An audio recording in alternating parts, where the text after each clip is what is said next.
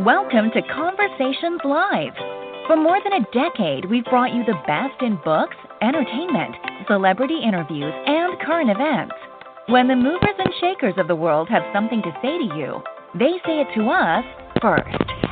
Now celebrating 17 years of broadcasting success, here's your host, Cyrus Webb.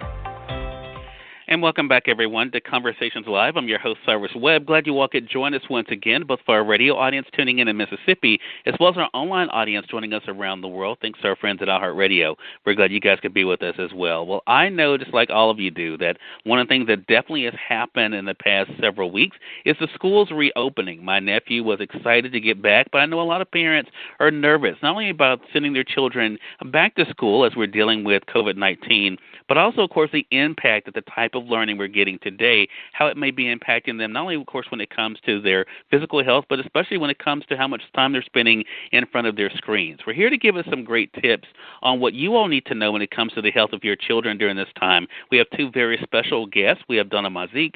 She's the Executive Director of the National Association of School Nurses, and we have Dr. Rupa Wong joining us today. They're going to share some tips with you guys as well as some resources that you all can be aware of. Thanks to the two of you for being on with us. Really appreciate the time. Thank you for having us. It's good to be here. The pleasure's definitely all mine.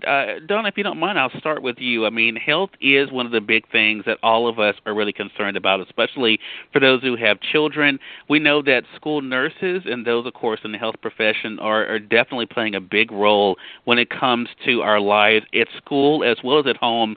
Talk to us a little bit about how school nurses are helping parents and those working with kids as they're trying to learn virtually. School nurses are prioritizing health and safety, whether students are in person school or in virtual school. So they're checking student immunization records to make sure they're up to date. And it's such an important thing. And Dr. Wong, I want to ask you because, of course, a lot of us are spending more and more time in front of our devices. So, of course, that's going to be putting more of a strain when it comes to on our eyes, both for us adults as well as for students. How can parents work together to safeguard their children's vision as they are virtually learning and spending more time in front of the screen? Well, paying attention to the behaviors of the children. Some of them might complain of blurry vision, but some might just be bringing reading material up close to them. They may be squinting. They might report headaches. They may even be closing one eye or tilting their head in a certain way. Those are all signs and symptoms. There might be a vision diagnosis at play, and that an eye exam appointment needs to be made with your eye doctor. Well, and I think that's also something, Donna, to go back to you, that I've noticed even in talking to some in the school system that they are trying to pay more attention to as well, to see if they're noticing children doing exactly what Dr. Wong was just talking about. Maybe being able to hold their work up to them. Can you talk to us, Donna, if you don't mind, some of the things that you're hearing as far as tips maybe for parents when it comes to how they can help with healthy learning practices as they are transitioning from going to school, as well as, of course, being able to still learn at home? Right. So we're very careful as school nurses to share with parents signs of possible childhood vision concerns, and also sharing those signs and symptoms with teachers as well, because those teachers are able to see the students in ways that maybe they didn't see them as closely in the past. So if students are showing one or more of those signs or symptoms that Dr. Wong spoke about, a referral to a vision or eye care professional is encouraged. And we know that school nurses and definitely educators are going to be able to play a role in that. Dr. Wong, to that same point that you were making and that Donna mentioned, are there things that parents and maybe guardians can do at home to be able to check with their kids when it comes to see if there are vision issues? Absolutely. And, of course, nothing replaces a comprehensive eye exam by your ophthalmologist or optometrist, but there are a few things that parents can do to be able to assess if their child is nearsighted. There's actually a great website, coopervision.com, and on that website, there's a myopia assessment tool. So a lot of parents don't know what nearsightedness looks like for their child if they themselves aren't nearsighted, and this tool actually allows you to see what a classroom or a gym looks like in a nearsighted child's eyes from their perspective. There's also a quiz, and I love quizzes. There's a 6-question quiz, and what it does, once you answer the questions, it gives you the likelihood that your child might be nearsighted based on those answers. And very simply, sometimes you can just stand about 20 feet away from your microwave oven, have your child cover each eye, and see if they can read the numbers on the microwave oven.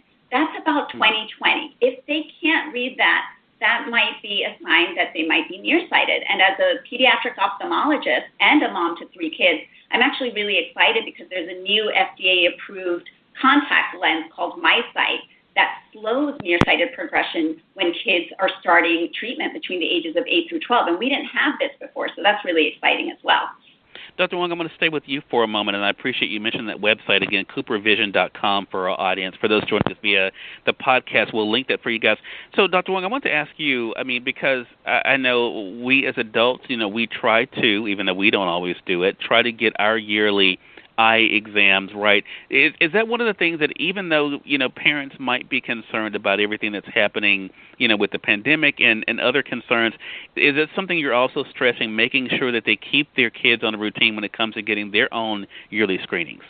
Absolutely. It's very important. We're seeing a lot of delays with children coming in for their annual comprehensive eye examination, but all eye care professionals, ophthalmologists, and optometrists are taking so many measures to keep their patients safe, whether it's the barriers, the disinfection of the rooms, wearing gloves, masks, all of it, social distancing in our waiting rooms. So we really can allay the parents' fears and know that it's a safe space to bring your children, and such importance to bring their child in.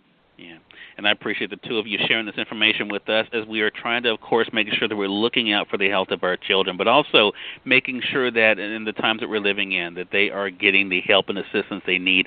Again, everyone, we've had Donna Mazyck joining us. She's the Executive Director of the National Association of School Nurses, and Dr. Rupa Wong. Again, the website that Dr. Wong mentioned is coopervision.com. A lot of great information on that site, so make sure you guys feel free to visit it yourself and share it with those you love. And thanks to the two of you again for being on with us. Really appreciate it. Thank you. And we thank your audience for tuning in to another great segment of Conversations Live. Until next time, I'm your host, Cyrus Webb, saying, as always, enjoy your day, enjoy your life, enjoy your world. Thank you all for choosing Conversations Live today. Let's make today amazing. Take care.